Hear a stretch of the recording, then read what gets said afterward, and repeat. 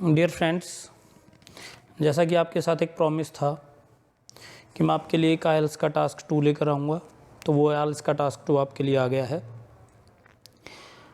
ये टास्क 2 जो है ये आपका एडवांटेज और डिसएडवांटेज ऐसे है। इस एडवांटेज डिसएडवांटेज ऐसे में आप सबसे पहले देखेंगे कि मैंने एक एग्जाम्पल क्वेश्चन लिया है और वो एग्जाम्पल क्वेश्चन ये है, in some countries young people are encouraged to work और ट्रैवल फॉर अ ईयर। कुछ कंट्रीज में यंग पीपल को ये सलाह दी जाती है। अब यंग पीपल कौन हुए? जो अभी अभी +2 करके हटे हैं। आर एनकरेज्ड, उनको ये मोटिवेट किया जाता है टू वर्क और travel for a year between finishing high school, यानी कि हाई स्कूल पूरा करने के बाद एंड स्टार्टिंग यूनिवर्सिटी स्टडीज, और यूनिवर्सिटी स्टडीज़ को स्टार्ट करने से पहले। अब यूनिवर्सिटी स्टडीज़ का मीनिंग क्या है? आपकी कॉलेज की स्टडी, जो कि +2 के बाद आपकी 3 या 4 साल की होती है। तो ये कह रहे हैं कि कुछ कंट्रीज़ में ऐसे बच्चों को मोटिवेट करते हैं कि आप या तो 1 साल काम कीजिए या 1 साल सैर सपाटा कीजिए, घूमिए फिरिए। तो ये क्वेश्चन आपसे पूछ रहा है कि discuss the advantages and disadvantages for young people who decided to do this. आपने इस पूरी घटना के, यानी कि 1 साल या तो स्टडी करो या 1 साल सैर सपाटा करो, इसके एडवांटेज और डिसएडवांटेज आपने बताने हैं। तो आप मुझे कमेंट सेक्शन में जाकर बताइए, मैं अगला वीडियो आगे बात करनी शुरू करूं, आगे बोलना शुरू करूं उससे पहले, कि अगर आप +2 के बाद 1 साल वर्क करेंगे या ट्रैवल करेंगे तो आपको कितने बेनिफिट होंगे। काउंटिंग बतानी है आपने, क्या क्या एडवांटेजेस होंगे और क्या क्या डिसएडवांटेजेस होंगे, और आपको अगर ये ऐसे लिखना है तो आप इसमें कितने एडवांटेज या कितने डिसएडवांटेज का मेंशन करेंगे। खैर चलिए, आपने इसमें मुझे कमेंट किया। अब इसमें आप सबसे पहले ये देखिएगा, इसका जो स्ट्रक्चर है वो क्या है। सबसे पहले हम इस क्वेश्चन को पैराफ्रेज करेंगे। पैराफ्रेज का मीनिंग क्या है कि जो आपको टॉपिक दिया गया है उसको आपने पैराफ्रेजिंग करनी है। पैराफ्रेजिंग का मीनिंग होता है दिए हुए वर्ड्स को आपने दोबारा से अपनी वर्डिंग में लिखना है। तो पैराफ्रेजिंग का मतलब कोई इसको रीफ्रेज कह देता है, कोई इसको फॉर्मेट बदलना कह देता है, कोई इसके क्वेश्चंस को बदलना कह देता है। पैराफ्रेज का मीनिंग होता है कि जो भी आपका क्वेश्चन दिया हुआ है, जैसे in some countries young people are encouraged to work और travel for a year between finishing high school and starting university studies, आपने इसको अपने वर्ड्स में इसी क्वेश्चन को दोबारा लिख देना है। ये आपका पैराफ्रेजिंग हो जाएगी। इसके बाद जो नेक्स्ट है वो आपका आउटलाइन सेंटेंस। आउटलाइन सेंटेंस का मीनिंग होता है कि पढ़ने वाले को पहले पैराग्राफ में क्या मिलेगा और दूसरे पैराग्राफ में क्या मिलेगा, इस चीज़ का मेंशन आपने इंट्रोडक्शन वाले पार्ट में ही कर देना है। इंट्रोडक्शन नाम का जो आपका पैराग्राफ बनेगा, आपने वहीं पर इस चीज़ का जिक्र कर देना है कि आपका जो बॉडी पैराग्राफ 1 होगा उसमें आप किस चीज़ को मेंशन करेंगे और बॉडी पैराग्राफ 2 होगा उसमें आप किस चीज़ को मेंशन करेंगे। इसके बाद जो आपका BP1 होगा, जिसको मैंने स्पोर्टिंग पैराग्राफ 1 लिखा है, जिसमें आप मेंशन एडवांटेजेस करेंगे। तो टॉपिक सेंटेंस होगा। टॉपिक सेंटेंस का मीनिंग है कि आपका एक एडवांटेज होगा, फिर आपने इसको एक्सप्लेन करना है how this is an advantage, ये एडवांटेज है तो क्यों है, और उसका फिर आपने एक एग्जाम्पल देना है कि आपने जो एडवांटेज दिया उसका ये एग्जाम्पल है। इसके बाद नेक्स्ट हम चलते हैं, जो बॉडी पैराग्राफ 2 होगा, स्पोर्टिंग पैराग्राफ 2, जिसमें आपने डिसएडवांटेज का को एक्सप्लेन करना है। इसमें भी सबसे पहले आप टॉपिक सेंटेंस मेंशन करेंगे जो कि एक डिसएडवांटेज होगा। फिर explain how this is a disadvantage, आपने इस चीज़ को एक्सप्लेन करना है कि एक डिसएडवांटेज क्यों है, और इसके बाद लास्ट में आपका आएगा एग्जाम्पल, आपने कोई एक एग्जाम्पल देनी है। इसके बाद आपका लास्ट जो पैराग्राफ होगा वो होगा कंक्लूजन का, जिसमें आपने मेन पॉइंट्स को समराइज करके लिखना है। ये आपका स्ट्रक्चर रहेगा। आप स्ट्रक्चर को एक बार फिर से समझ लीजिएगा। सबसे पहले आप इंट्रोडक्शन पैराग्राफ लिखेंगे। इंट्रोडक्शन पैराग्राफ में आपके 2 सेंटेंसेस होंगे। पहला सेंटेंस होगा आपका पैराफ्रेज क्वेश्चन, यानी कि आपने क्वेश्चन को पैराफ्रेज कर देना है, अपने वर्ड्स में लिख देना है। दूसरा सेंटेंस आप लिखेंगे आउटलाइन सेंटेंस। इसमें आप बताएंगे कि जो भी आपका रीडर है, यानी कि यहाँ पर आपका एग्जामिनर है, जब वो आपके एस्से को पढ़ेगा तो उसको पहले पहले पैराग्राफ में क्या मिलेगा पढ़ने के लिए और दूसरे पैराग्राफ में क्या मिलेगा। इसके बाद आपने पैराग्राफ 1 जो लिखना है उसमें सबसे पहले आपने जो एडवांटेज आउटलाइन में मेंशन किया, यहाँ पर ध्यान रखना, जो एडवांटेज आपने पैराग्राफ में मेंशन कर दिया आपने उसी को लिखना है। जो पैराग्राफ मेंशन कर दिया आपने, जो भी आपने एडवांटेज मेंशन किया है आपने उसी को इसमें लिखना है। और फिर आपने ये बताना है कि ये एक आपका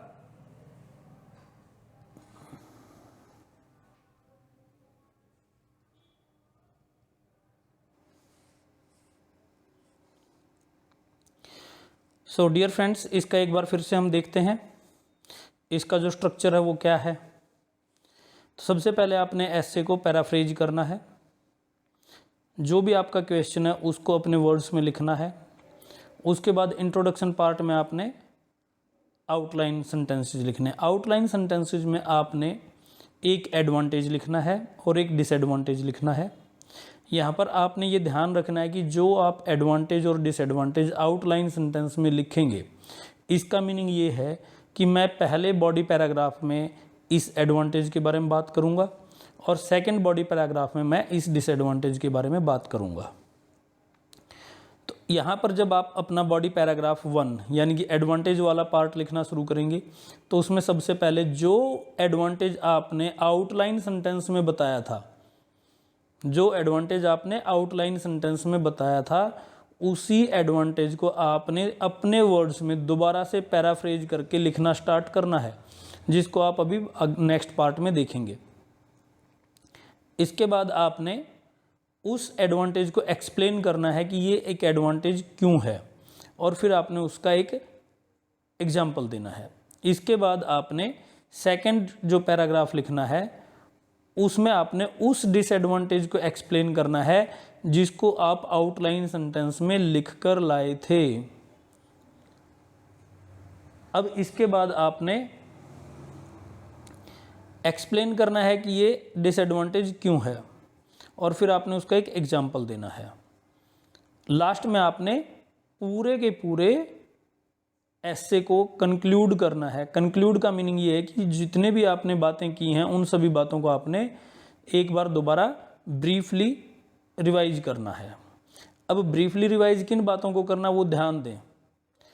आपने फर्स्ट टाइम एक एडवांटेज को आउटलाइन सेंटेंस में लिखा, आपने उसी एडवांटेज को पैराफ्रेज करके यहाँ पर लिखना है टॉपिक सेंटेंस में। यानी कि एक बात आपकी सबसे पहले एक advantage, same advantage outline sentence में हो गया, सेम एडवांटेज आपने बॉडी पैराग्राफ 1 में लिखना है और इसके बाद आपने सेम एडवांटेज को कंक्लूजन पार्ट में लिखना है। एक ही एडवांटेज को आपने 3 बार मेंशन करना है आपके पूरे एस्से में। सेम उसी तरह से आपने डिसएडवांटेज को सबसे पहले आउटलाइन सेंटेंस में लिखना है, फिर आपने उसी डिसएडवांटेज को पैराफ्रेज करके यहाँ पर लिखना है, टॉपिक सेंटेंस में लिखना है और फिर आपने थर्ड टाइम कंक्लूजन पार्ट में लिखना है। तो चलिए ये सब चीज़ें कैसे होंगी देखते हैं। तो यहाँ पर आपका क्वेश्चन देखिए, in some countries young people are encouraged to work और travel for a year between finishing high school and starting university studies. Discuss the advantages and disadvantages for young people who decided to do this. आपने उन सब के लिए advantage और disadvantage describe करने हैं, explain करने हैं जो लोग हाई स्कूल पूरा होने के बाद कॉलेज में एडमिशन लेने से पहले, कॉलेज कहिए या यूनिवर्सिटी कहिए, इनमें एडमिशन लेने से पहले 1 साल के लिए या तो वर्क करते हैं या वो ट्रैवल करते हैं, तो उनको क्या क्या एडवांटेज और डिसएडवांटेज मिलते हैं। इसमें देखिए सबसे पहले मैंने यहाँ पर ब्रेनस्टॉर्मिंग बनाया है, लिखा है। ब्रेनस्टॉर्मिंग का मीनिंग ये है कि आपने इन पर विचार करना है। तो यहाँ पर आपको मैं वोकैब भी दे रहा हूँ, सिनोनिम्स दे रहा हूँ। वो देखिए, सम कंट्रीज को आप क्या क्या लिख सकते हैं, अराउंड द ग्लोब आप लिख सकते हैं, some parts of the globe लिख सकते हैं, या इन सम नेशंस लिख सकते हैं। यंग पीपल को आप क्या क्या लिखेंगे, यंग एडल्ट्स आप लिख सकते हैं, यूथ आप लिख सकते हैं, members of the new generation आप लिख सकते हैं। एनकरेज्ड वर्ड को आप मोटिवेटेड लिख दीजिए, एडवाइज्ड लिख दीजिएगा। वर्क का मीनिंग क्या है, डू ए जॉब या गेट प्रैक्टिकल एक्सपीरियंस। जब आप किसी चीज़ के बारे में जॉब करते हैं या आप प्रैक्टिकल एक्सपीरियंस लेते हैं तो आपको बहुत कुछ सीखने को मिलता है। इसके बाद आप लिखिए ट्रैवल का जो सिनोनिम्स होगा वो टूर होगा। स्टार्टिंग को आपने सिनोनिम्स दे दिया एम्बार्किंग। एम्बार्किंग का मीनिंग होता है स्टार्ट करना, किसी नई जर्नी को आप जब स्टार्ट करते हो तो उसके लिए आप एम्बार्किंग बोलते हैं। फिनिशिंग का मीनिंग आपने लिख दिया आफ्टर कंप्लीटिंग। यहाँ पर फिनिशिंग हाई स्कूल था, आपने लिख दिया after completing their high school education. तो अब कुछ वर्ड्स हैं जो आपको बैंड बूस्टर वोकैब है आपकी। सेविंग मनी, यहाँ पर देखिएगा जब कोई बच्चा 1 साल के लिए स्टडी के बीच में गैप लेकर वर्क करता है या वो ट्रैवल करता है तो यहाँ पर उसके क्या क्या बेनिफिट होंगे, क्या क्या डिसएडवांटेज होंगे वो देखिए। सेविंग मनी यानी कि अगर कोई बच्चा काम कर रहा है तो वो पैसे जोड़ रहा है। आप में से बहुत सारे बच्चे आपके आसपास, अगर आप खुद नहीं हैं तो आपने देखे होंगे, हो सकता है आप खुद भी हों। तो जैसे ही आपके एग्ज़ाम ख़त्म होते हैं आप कहीं ना कहीं कोई छोटी मोटी जॉब करते हैं, कोई काम करते हैं जिससे कि आप अपने कॉलेज की फ़ीस कलेक्ट कर सकें या आप अपने लिए पॉकेट मनी जुटा सकें।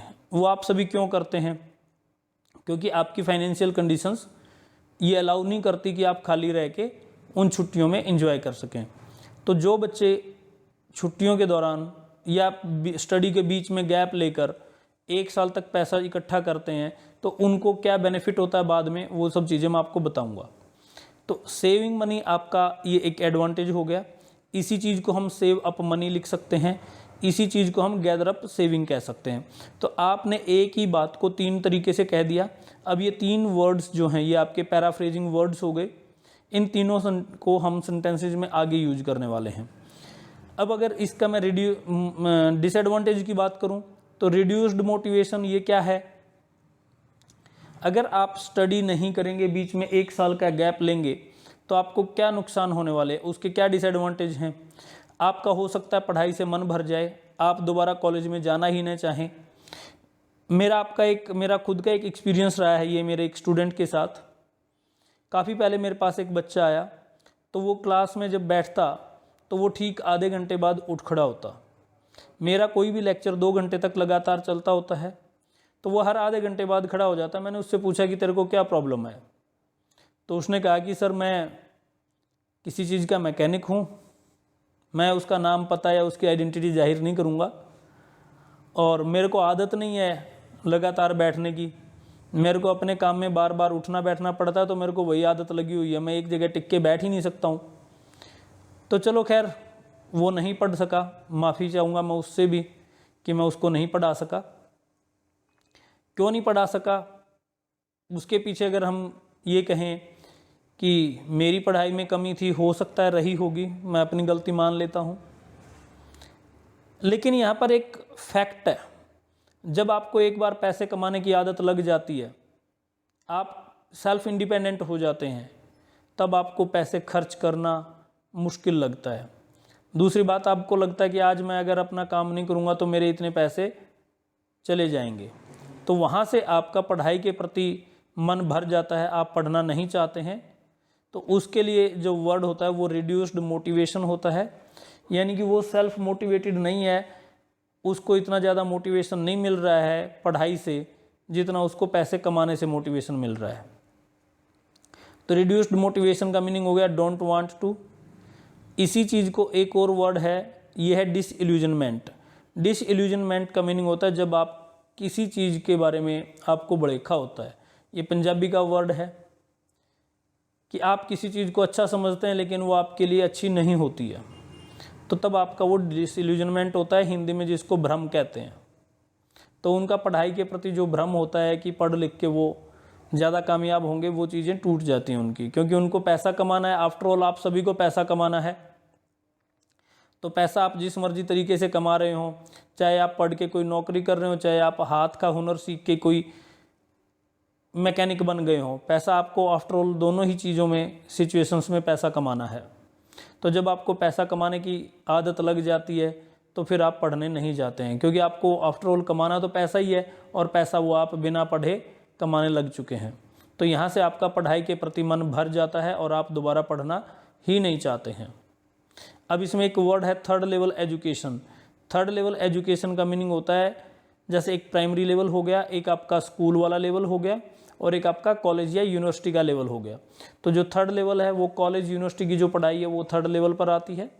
इसको यूनिवर्सिटी भी हम कह सकते हैं, यूनिवर्सिटी एजुकेशन, या इसके लिए एक और जो वर्ड है वो है टर्सरी एजुकेशन। टर्सरी एजुकेशन का मीनिंग होता है कॉलेज की या यूनिवर्सिटी की पढ़ाई। इसके बाद नेक्स्ट चलते हैं हम, तो इसका सैम्पल आंसर देखते हैं। Before embarking on college many young people are advised that a year working or travelling may be a good option. यहाँ पर ये आप सेंटेंस देख रहे हैं, many young people are advised, ये पैसिव वॉइस में है। बिफोर एम्बार्किंग, शुरू करने से पहले, ऑन कॉलेज, कॉलेज शुरू करने से पहले बहुत सारे यंग पीपल को ये सलाह दी जाती है। कौन सलाह देता है ये नहीं बताया। That a year working or travelling, यानी कि चाहे आप 1 साल काम कर रहे हैं या आप ट्रैवल कर रहे हैं, may be a good option, वो एक अच्छी ऑप्शन हो सकती है। This essay will suggest that saving money is the biggest advantage. अब यहाँ तक जो आपका था, जो ऑप्शन तक आपने पढ़ा, ये था उस क्वेश्चन का पैराफ्रेज। आपने क्वेश्चन को अपने वर्ड्स में लिख दिया है। इसके बाद आपका जो सेंटेंस स्टार्ट होता है वो स्टार्ट होता है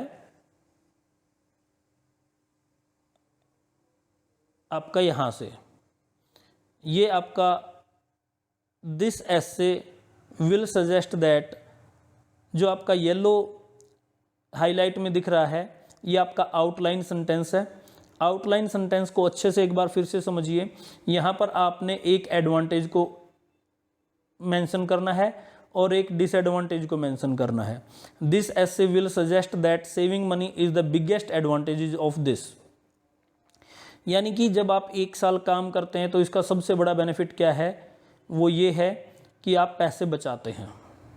and a reduced motivation to study is the primary disadvantage.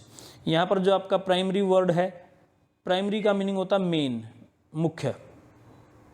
Reduced motivation का मतलब होता है कि अब आप पढ़ाई के प्रति आपका मन इतना नहीं है, आप पढ़ना ही नहीं चाहते हैं, पढ़ाई के प्रति आपका मन अब नहीं लगता है, या इसको और बिल्कुल सिंपल भाषा में कह लीजिए कि अब आपको पढ़ाई का कोई फ़ायदा नज़र नहीं आता है। जब आप किसी चीज़ के प्रति ये सोचने लग जाएं कि इसका मुझे फ़ायदा क्या होगा, तो वहाँ पर आपका रिड्यूस्ड मोटिवेशन हो गया है। अब इसके बाद हम इसके BP1 को, बॉडी पैराग्राफ 1 को एक्सप्लेन करते हैं। Third level education is very expensive. जो कॉलेज की पढ़ाई है, third level education, university education is very expensive. Expensive आपका एडजेक्टिव है जिसका मीनिंग होता है महंगा होना। वेरी लग गया तो बहुत महंगी है। And lots of student decide to work for 12 months and save up money before they begin their studies. इसका मीनिंग ये कि बहुत सारे स्टूडेंट्स 12 मंथ्स के लिए, ऊपर ए ईयर आया हुआ था, उस एक ईयर की बजाय यहाँ पर इन्होंने 12 मंथ्स कर दिया है, तो वो 12 मंथ्स तक काम करते हैं। टू सेव अप मनी, पैसा बचाने के लिए। Before they begin their studies, इससे पहले कि वो अपनी स्टडी शुरू करें वो 12 महीने तक काम करते हैं। This allows them to pay for their living costs. This allows them, अब इनसे उनको क्या परमिशन मिलती है, जब वो काम करते हैं तो ये उनको क्या फैसिलिटी देती है कि वो अपनी लिविंग कोस्ट, जो उनके रहने के खर्चे हैं, tuition fees and accommodation, accommodation का मीनिंग होता है रहने का, खर्चे जोड़ लेते हैं। And focus on their studies, और वो अपनी स्टडी पर फोकस कर लेते हैं। Rather than struggle financially, rather than का मतलब होता है इसकी बजाय, स्ट्रगल फाइनेंशियली यानी कि पैसे की कमी से परेशान होने की बजाय वो अपने रहने के, ट्यूशन के खर्चे और रोज़मर्रा के जो उनकी पॉकेट मनी के खर्चे हैं वो सभी वो इकट्ठा कर लेते हैं 1 साल तक काम करके। और have to get a part time job on top of their academic work. अब यहाँ पर देखिए, या तो वो 1 साल पहले ही छुट्टी करके अपने पूरे साल के खर्चे जुटा लें, कॉलेज की फ़ीस, रहने के खर्चे, लिविंग एक्सपेंसेस, या फिर जब उनका एग्ज़ाम बिल्कुल नज़दीक आ रहे हों, top of their academic work का मतलब है जब उनके एग्ज़ाम बिल्कुल नज़दीक आए हुए हों तब वो अपने एक्सपेंसेस जुटाने के लिए पार्ट टाइम जॉब करें। उससे बेटर क्या है कि वो एक साल छुट्टी ही कर लें। The times recently reported that the average student, यहाँ पर जो द टाइम्स है, द टाइम्स एक न्यूज़पेपर का नाम है। जब भी आप कोई एग्जाम्पल देंगे तो यहाँ पर किसी न किसी मीडिया हाउस का नाम लिख देना। The times recently reported that average student at A UK university requires $12,000 per annum. यहाँ पर एक एवरेज स्टूडेंट, जो एक आम स्टूडेंट होता है, उसको किसी भी यूके की यूनिवर्सिटी में, यूके की किसी भी यूनिवर्सिटी में पढ़ने के लिए $12,000 पर एनम का मतलब है हर साल उसको इतने खर्चे की ज़रूरत पड़ती है। Just to survive and many drop out because they can not afford to stay. To survive का मतलब होता है जिंदा रहना, वहाँ पर सर्वाइव करने का मतलब जैसे कि वो यूनिवर्सिटी की पढ़ाई को जारी रख सके। आप में से बहुत सारे बच्चे यूके में एडमिशन ले लेते हैं लेकिन वो पढ़ाई जारी नहीं रख पाते क्योंकि उनसे एक्सपेंसेस पूरे नहीं हो पाते हैं, तो वो वहाँ पर पढ़ाई छोड़ देते हैं और कोई तरीका अपनाते हैं। एंड मैनी ड्रॉप आउट, और बहुत सारे पढ़ाई छोड़ देते हैं because they can not afford to stay, और वहाँ पर वो स्टे का मतलब क्या होता है, कहीं पर रुकना। अब यहाँ पर रुकने का मीनिंग क्या है, यूनिवर्सिटी की एजुकेशन 3 साल की होती है। अब अगर आपसे पहले साल के ही खर्चे पूरे नहीं हो रहे तो आप सेकेंड ईयर की फ़ीस कहाँ से भरेंगे। तो यही चीज़ आपकी क्या कह रहे हैं कि अगर उनके पास प्रॉपर पैसे नहीं है तो वो यूनिवर्सिटी में नहीं स्टे कर पाएंगे। इसके बाद नेक्स्ट देखिएगा। अब इन्होंने बताया कि जब आप किसी यूनिवर्सिटी में एडमिशन लेते हो तो उससे पहले 1 साल अपनी फ़ीस इकट्ठा कर लीजिए जिससे कि आपको पढ़ाई के बीच में डिस्टर्ब ना होना पड़े। तो अब इसके बाद देखिए, डिस्पाइट दीज डिसएडवांटेजेज। डिस्पाइट का मीनिंग होता है इसके बावजूद भी, यानी कि इन एडवांटेजेज के बावजूद भी many students often get used to working. Get used to working का मीनिंग होता है कि उनको आदत लग जाती है, उनको काम करने की आदत लग जाती है। और ट्रैवलिंग, जैसे मैंने अभी स्टार्टिंग में बताया था कि वो लड़का जो था काम करने की उसको आदत लग गई, उसको रोज़ पैसे कमाने का स्वाद लग गया था, चस्का लग गया था, तो वो पैसे कमाने को ज़्यादा इंपॉर्टेंस दे रहा था बजाय पढ़ने के। And don't want to return to a life of study. अब जिस बच्चे को पैसा कमाने का मज़ा आ गया वो बच्चा दोबारा पढ़ना नहीं चाहता। जब वो 1 साल स्कूल से, पढ़ाई से दूर रह जाते हैं तो वो दोबारा पढ़ना नहीं चाहते हैं। This short term view can cause some to bypass university altogether. This short term view, अब वो स्टार्टिंग में क्या सोचते हैं कि ठीक है मेरे को पैसे बन रहे हैं, मेरे को क्या करना पढ़ के, तो ये हो गया this short term view. Can cause, create कर सकता है। कैन काज का मतलब उनको, उनके साथ ऐसा हो सकता है टू बाईपास यूनिवर्सिटी, कि वो यूनिवर्सिटी में जाए ही ना। अब जैसे बड़े बड़े शहरों में बाईपास बने होते हैं, तो बाईपास पर अगर आप जाते हो तो इसका मतलब क्या है कि आपको उस शहर में एंट्री नहीं करनी पड़ रही। उसी तरह से अगर आप यूनिवर्सिटी को बाईपास कर रहे हैं तो आप यूनिवर्सिटी में एंट्री नहीं कर रहे हैं। ऑल टुगेदर का मीनिंग होता है completely. And go straight into A job that is beneath there capabilities. That is beneath there capabilities का मीनिंग क्या है, आपको काम करते करते काफ़ी एक्सपीरियंस हो गया है लेकिन आपके पास उस काम से रिलेटेड कोई बड़ी डिग्री नहीं है, कोई बड़ी क्वालिफिकेशन नहीं है, तो आपको काम कहाँ करना पड़ेगा, छोटे लेवल पर काम करना पड़ेगा। और may not offer the same prospectus their future career might have done. अब यहाँ पर कह रहा है कि जिस बच्चे ने पढ़ाई छोड़कर पहले ही काम धंधे में बढ़ गया, पहले ही काम धंधे में वो एंट्री कर चुका है, तो उसके पास क्या होगा कि उस फील्ड से रिलेटेड कोई बड़ी डिग्री नहीं होगी और उस आदमी को सारी उम्र छोटे लेवल पर ही काम करना पड़ेगा। अगर उनके पास कोई बड़ी एजुकेशन होती, बड़ी क्वालिफिकेशन होती, तो वो किसी बड़ी पोस्ट पर बैठे होते। तो ये कह रहा है कि अगर उन्होंने अपनी यूनिवर्सिटी की एजुकेशन ली होती तो उनके साथ हो सकता है फ्यूचर में कोई बड़ी अचीवमेंट वो हासिल कर लेते। For instance A recent survey by the British government found that. अब यहाँ पर फॉर इंस्टेंस का मीनिंग होता है एग्जाम्पल के तौर पर। A recent survey by the British government, जो कि ब्रिटिश गवर्नमेंट ने सर्वे किया, found that 26% of students who take a gap year never enter tertiary education. उन्होंने ये पाया कि अगर 100 बच्चे हर साल वर्क के लिए लीव लेते हैं तो उनमें से 26% स्टूडेंट ऐसे हैं जो 1 साल गैप लेने के बाद दोबारा कभी मुड़ के कॉलेज की एजुकेशन में गए ही नहीं। Never enter tertiary education. Tertiary education का मीनिंग होता है जो कॉलेज या यूनिवर्सिटी की एजुकेशन है। इसके बाद नेक्स्ट आप देखिएगा, in conclusion taking a break from studies can be advantageous. ये कह रहा है टेकिंग ए ब्रेक यानी कि स्टडी से ब्रेक लेना फ़ायदेमंद हो सकता है। कैन बी एडवांटेजियस का मीनिंग है फ़ायदेमंद हो सकता है। If it allows people to gather up saving, अगर ये लोगों को पैसे इकट्ठे करने देता है तो। However, they should also be careful that it does not lead to disillusionment with education altogether।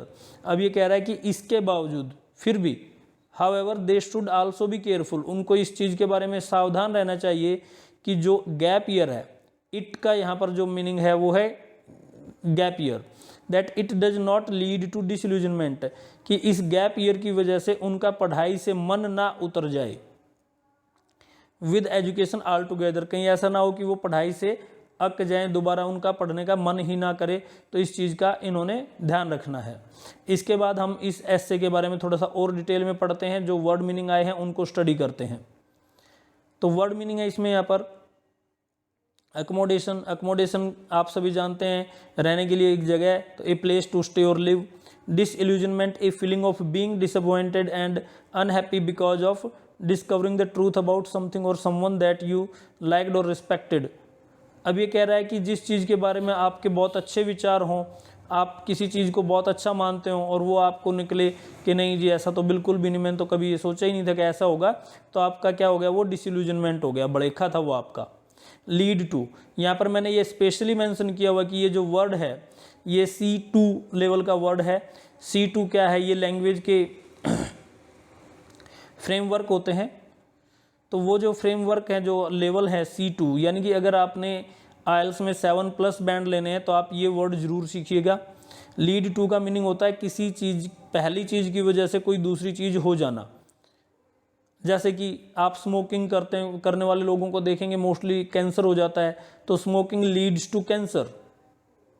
To cause someone to do something especially something bad. The brochure led me to believe that the price included home delivery. अब वो जो brochure था, कोई भी company कोई भी आपको जो एक लीफलेट देती है, उसमें उसने मुझे ये यकीन दिला दिया कि जो प्राइस है, जो होम डिलीवरी है, उसके प्राइसेस इंक्लूड हैं। ऑल टुगेदर का मीनिंग इन टोटल होता है, that will be $52.50 all together completely in total. तो ये कम्प्लीटली के कुछ एग्जाम्पल हैं, मैं स्क्रीन रोक रहा हूँ। The government ought to abolish the tax altogether, यहाँ पर फिर से गवर्नमेंट से उम्मीद की जाती है गवर्नमेंट को, और अबॉलिश का मीनिंग होता है हटा देना, गवर्नमेंट को टैक्सेज को कम्प्लीटली हटा देना चाहिए। She wrote less and less often and eventually she stopped all together. अब इसका मीनिंग क्या है कि वो पहले के मुकाबले कम लिखती गई और लास्ट में उसने बिल्कुल ही लिखना बंद कर दिया। तो इस तरह से ये वर्ड मीनिंग थे और ये ऐसे था।